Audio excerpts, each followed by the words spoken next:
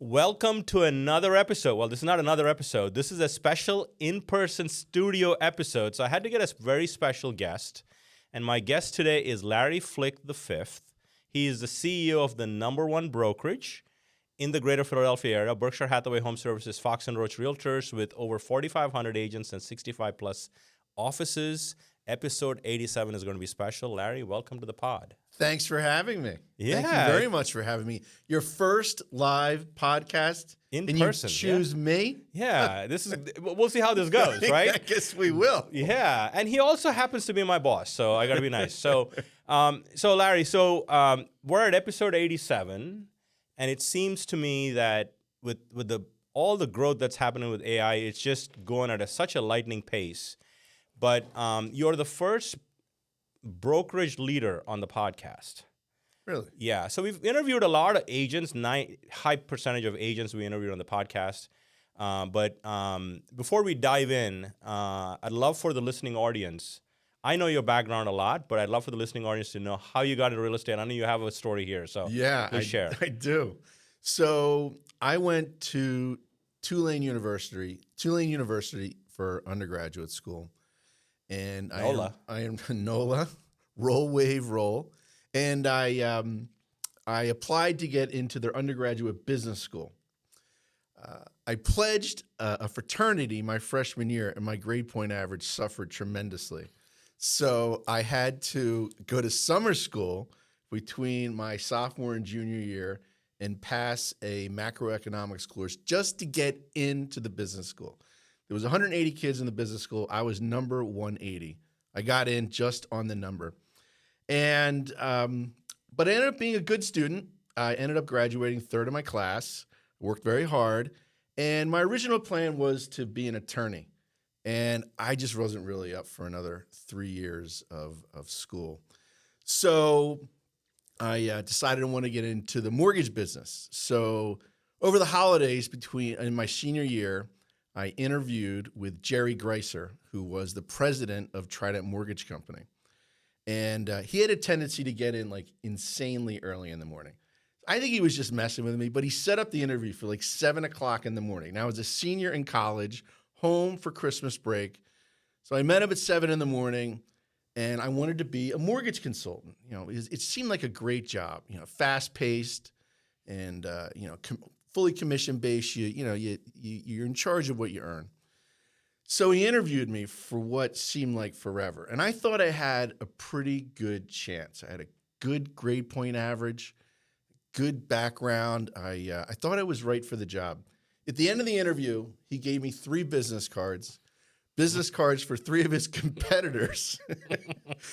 And he told me to go get some experience and come back when I had some experience. So I interviewed with these 3 companies, got a job with Eastern Mortgage Services, graduated from college, and I started working for Eastern Mortgage Services in Delaware County. And at the time, we were Roach Brothers. And Roach Brothers had a number of offices in Delaware County, Media, Havertown, Newtown Square. And I started taking business from Trident Mortgage. So then I got a call from him about a year later, and he asked me to come work and cover the Exton office, which was like the smallest office we had at the time. It like $40 million a year. Like, how many single agents now do $40 million a year? So got my feet wet with that, and I was a mortgage consultant for 15, 20 years, and then I became a regional manager, and I worked my way through the organization. And I've had 6 positions in total, concluding with CEO, that I have been in this position for 7 years. That's the story. Wow. What a journey, right? I mean, it's hard to kind of look at our journey. When you look back, you can connect the dots sometimes, but it's hard to connect the dots looking forward sometimes, right? Totally agree. So, and your dad's a legend. Yeah, right. he is. I mean, he's the one that hired me. Yeah, and he's a legend. L4 obviously is the best. Yeah. So in case you don't know Larry Flick V, we call him L5 because he's got the 5 in his name, and then Larry Flick 4, his dad was L4, so L4 and L5. Right. But yeah, if you're gonna have a son, I would consider not naming him after you, after you, it led to a ton of confusion growing up. Credit report problems. I mean, it's a thing. Yeah, it's a thing. And luckily you have 2 daughters, so there's no L6. No, there is not. And there wasn't going to be either. Yeah, exactly. It is an AI podcast. I want to dig in with AI. And everybody, I mean, the last 2.5 years has had a light bulb moment that was like, oh my God, this can do this kind of stuff. What was your first light bulb moment, Larry? Well, you know, I told you I had a light bulb moment, but I'm going to take it back a step further. I was at a conference maybe 2.5, 3 years ago, and there was a presenter that presented on AI, and I didn't really know anything about it at the time. And I remember, like, I called you as I was literally walking out of the building, and I said, you know, we got to get into this, and you said you were already on it. And it's amazing how things have moved so fast since then. So my aha moment, you put me on to Perplexity. I love Perplexity. I've changed it into a verb. I plex things. And so my aha moment was I was in Naples, Florida, probably 2 winters ago, about 1.5 years ago. And on 3rd Street, there was a lot of construction going up right in the middle of Naples. And I was curious what it was. I'm very curious. I love knowledge, and that's why AI is one of the reasons I love AI. It's instant knowledge. So I plexed it. I asked Perplexity, what is being built on 3rd Street in Naples next to such and such restaurant? And it had the answer for me. It told me exactly what they were building, a boutique hotel. It sent me, you know, when it started, when it's going to be finished, diagrams of the hotel. It was crazy. That was my aha moment. At that point, I realized not having sufficient knowledge is just, it's not part of the deal anymore. You can get the knowledge, find the knowledge with AI instantly. And that can be a game changer. It really can. Yeah. We are truly living in transformative times. And it is the intelligence age. I mean, that is really where we are now. And if you can tap into that intelligence as a second brain, I mean, it can fast forward a lot of things, open doors that you didn't really know, get answers to things quickly, collapsing time. Knowledge is, you know, too many times I find that people say things that either don't make sense, aren't true, or just aren't fact-based. And you can find the answers and the information instantly. I mean, sure, in the past you could Google things, but this is like a whole nother level.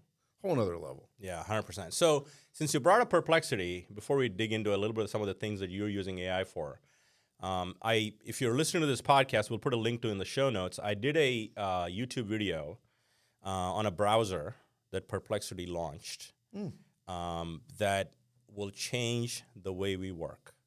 So your browser. There's always something with you, Rajeev. I got to tell you, you're always onto something. Well. So what's your browser of choice? Chrome?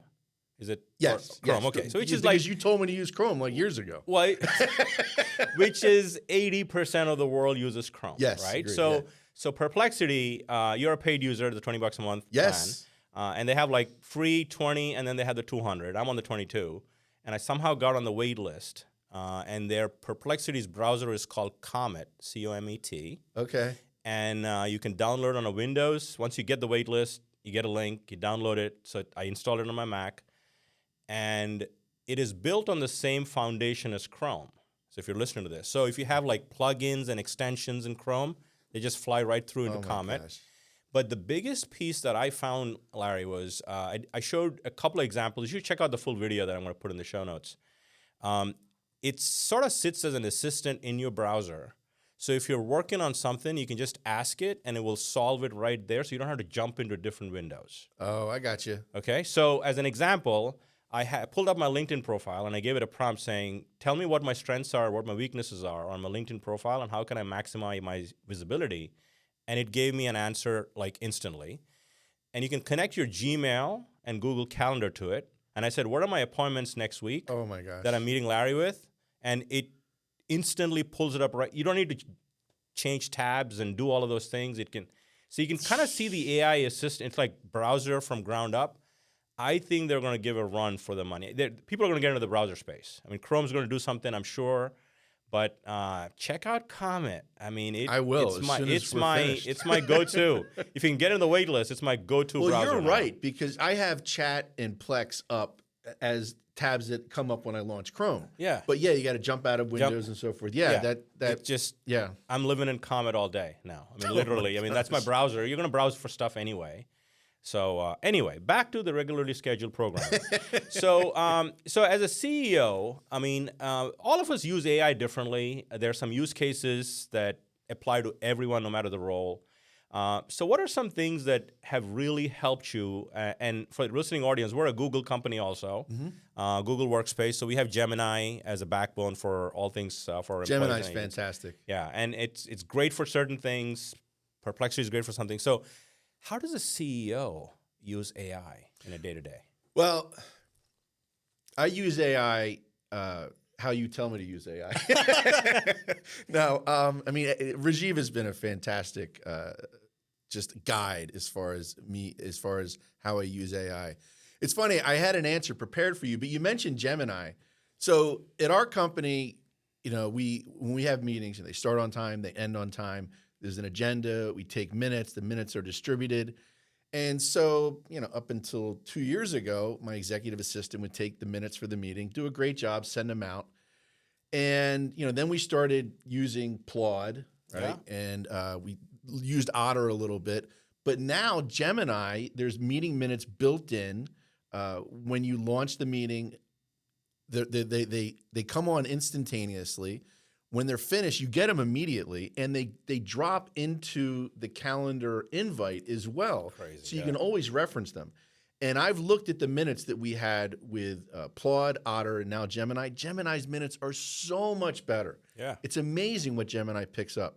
So that's one way we use it. And now Kate, my executive assistant, who's awesome, you know, she can work on something else during the meeting. Yeah. That's a perfect utilization of AI. Like you've said it.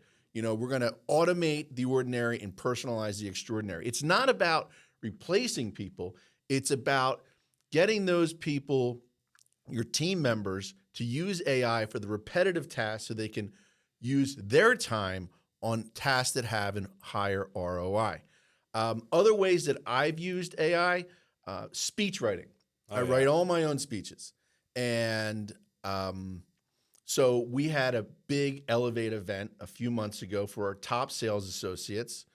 And usually it takes me about 2 weeks to write my speech. This is only like a 20-minute speech, but it takes some time. And, you know, I write it, then I come back to it. I write it, then I come back to it. So in preparation for this event, I used Speechify to just kind of throw up on a Google Doc everything that I wanted to say. Now, here's the thing. Chat knows, like I have a relationship with Chat because you told me to have a relationship with Chat. Chat knows what I do for a living, knows my favorite sayings, my favorite quotes, knows that I like to use bullet points, and knows. So I put everything down on paper, and then I explained to Chat that I had this event coming up. I'm giving a speech, you know, what I wanted to say in the speech. And then I took everything that I put on the Google Doc and pasted it into Chat. And, you know, trial and error. 4 hours later, I have my speech. And the beauty of that was, I mean, it saved me a ton of time, but it gave me more time to practice now. And there wasn't many edits that I made from when that was done until the event. It's fantastic. I use it to prepare for interviews. Yeah. You know, a lot of times I get the questions ahead of time. I'll share with Chat the questions, and we'll talk about. It's crazy. Like I use Chat like a personal advisor, a coach, an assistant. It's and the other thing is, it's unbelievable how fast you get the answers from Chat. Yeah, no, I mean, you're right. I mean, think about one of the big unlocks for me. I mean, you touched on it a little bit. Initially, everybody starts using Chat as a search engine, like a replacement for Google. Sure. Right? And that's where you start. Everybody has a journey. One of my big unlocks, maybe 18 months ago, maybe I shared this book with you, AI-Powered Leader by Jeff Wood. Yes, you did. Right? And he was the first one that spoke about treat AI as a thought partner. Like AI is your strategist for any topic you want. And just this morning on my walk, I was airing out some concepts and things like that, and I wanted to be critical of my thinking, find flaws. And I basically said, act as you're a 0.1% top strategic consultant in the real estate industry. Critique my ideas and see where I'm falling flat and my strengths. And just on a 40-minute walk, I mean, I was like empowered in my brain. I mean, I think Jeff Wood was, hopefully I'm going to get him on episode 100. I want to get that author. That's my go-to. So great takeaways there. I mean, in terms of how you collapse time so you can work on strategic stuff. What else has AI helped you with? Anything else that you want to add to that? Well, I really need to take it to the next level. I really need to dive a little deeper with chat, share more with chat what we do as an organization, share our financials with chat, share our strengths as an organization, areas where we can improve, and really let chat understand our company, our leadership team, our sales associates, our employees. And that's next step for me. And I need to utilize chat in that way. Yeah. That's a great takeaway. I think that's the next step. I mean, people start with new chat. I have custom chats. Yeah. So once you start training a chat, you can go and pick the chat. You can rename chats. So I have a chat for AI Mastermind that knows everything I've done with Mastermind. Yeah. Right? So if I can say, is there a topic I haven't covered? Oh, that's great. Right? So there's custom chats. And then you have custom GPTs, which we've obviously built a few that the agency use. And then you have if you have a paid account, you have projects. That might be something you should look at, Larry. So projects is ongoing things that you just put all the documents and you can just kind of have a dialogue. So for example, if you're building a marketing campaign, that's like ongoing. Right. For example, 1000 Watt is a company we have get data Sure. service stuff to. So ongoing, Mastermind is an ongoing thing. And I can have voice conversations on my walk with projects specifically. So that's the next level to your point. I think the big unlock for many people that are listening, whether you're an agent with production data, market data, is AI does phenomenal with data, right? I mean, it just does because it just like crunches numbers. It just knows numbers. You're a big numbers guy too, Larry. I think you can find a lot of answers in the numbers. Yes. So I think it'll get you the answers quicker. So connecting the data is clearly, obviously, follow your company's AI policy if you're listening to this pod. So that's a great takeaway as well. So that's your next level for sure. I mean, as I'm sitting here talking to you, I'm thinking about ways that we can use AI in chat. It's crazy. Yeah. I mean, there's so much more we can do with it. Oh, 100%. Yeah. And it is early for everybody. We're trying to figure out how does it fit in. We launched Gemini to the whole, at least the employee base and soon to the agents. And I think that the next evolution is to really have AI part of our DNA, right? And how can AI help me with this mindset? Yes, as you walk into any problem. The big question I wanted to ask you, are there any other examples that you want to talk about? I want to kind of get to the mindset of a CEO going forward. No, I'm good. Good? Okay. So, I was at this Housing Wire AI Summit last week.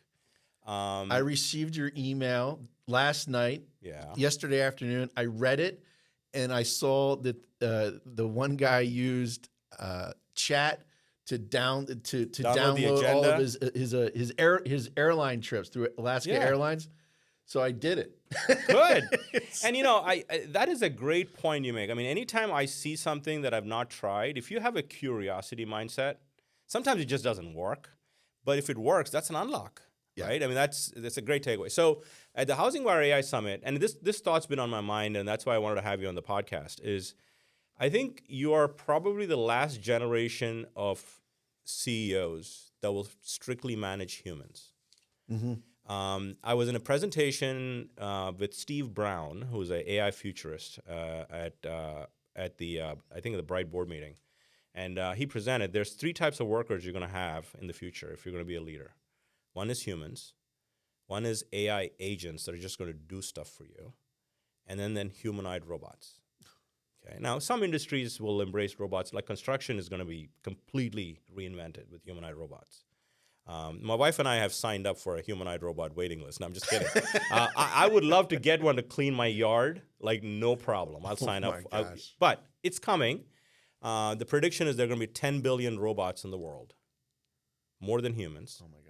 So that's coming. That's probably a next level, probably next 5-10 years. And the AI agents, if you look at the unemployment rate, I mean, like labor statistics, I just looked at it for July. There's like 7.4 million, I believe, jobs in the U.S. are just not filled. Now, for whatever reason, they're not filled. I think AI agents will take some of those jobs. You just can't fill them to help companies. So how do you think as a CEO, when you're hiring people, training your leadership team, to make AI part of your DNA? You need to lean into it. You really do. It's not, I actually heard someone the other day say it's the shiny penny. It's not the shiny penny. It's here to stay. That's like saying, 30 years ago that the internet was a shiny penny, or electronic communication was a shiny penny. It's not. It's going to revolutionize the way business is done in our world, and it's already happening.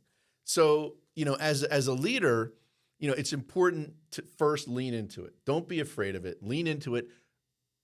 Figure out how you can use it.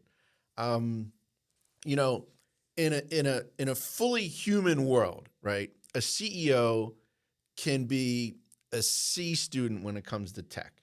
Now that can place a burden on your team sometimes, but you can get by. In the new world, you can't. You need to, as a leader, you need to be fluent in tech.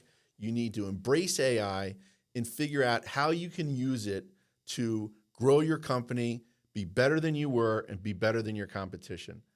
In my opinion, the future, companies that leverage AI, use AI, are going to be way ahead of companies that don't. And I think that, companies going forward, you need to use AI, like we talked about earlier. You need to use AI for the repetitive tasks so that you can free up your team members to spend their time on the more important items. Like at our company, we're a transaction-based company.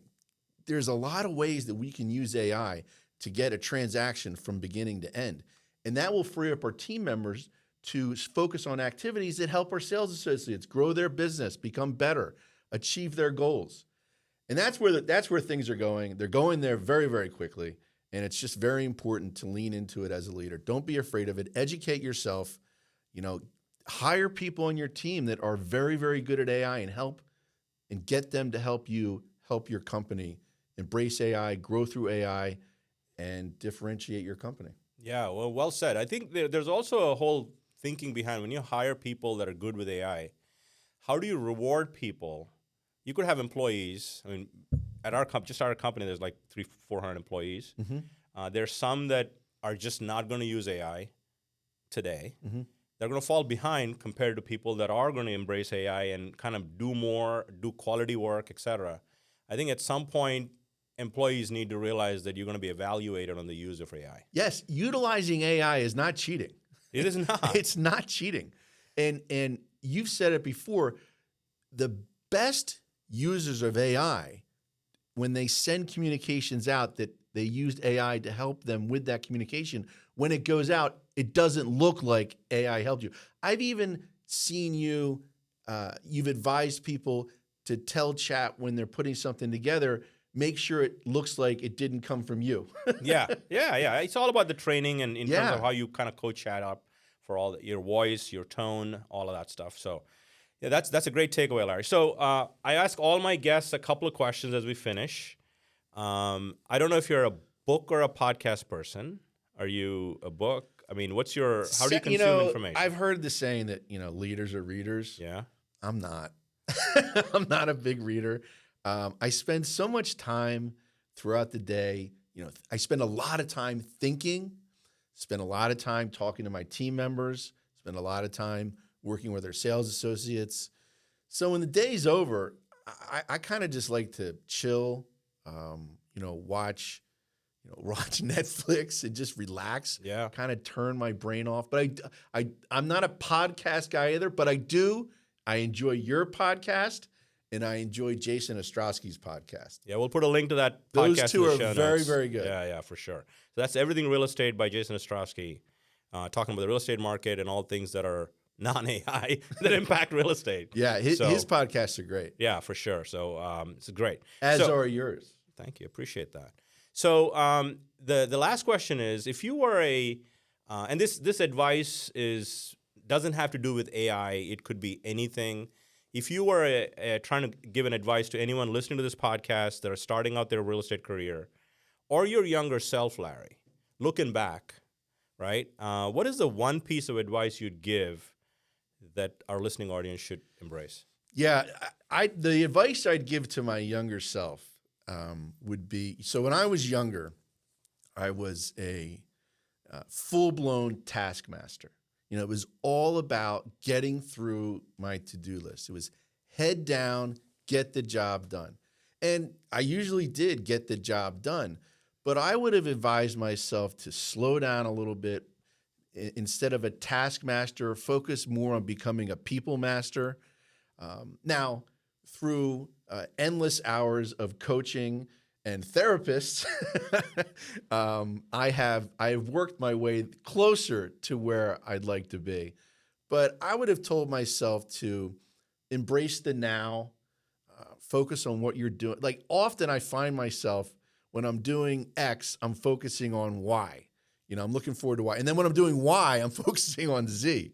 So and the advice still holds, you know, just be in the moment, focus 1,000% on what you're doing right now. Slow down and embrace the moment. Yeah, keep the main thing or the one thing you're working on. Get that done before you move. Multitasking, we suck at multitasking. We just don't do all of them well. And unfortunately, we're guilty of it. So that's great advice.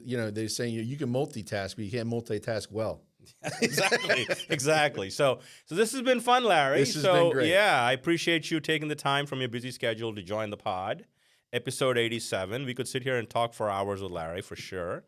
But if you're listening to the show and you enjoyed the conversation, click follow, subscribe, so you know every Wednesday when the show drops, you will be notified. Until next time.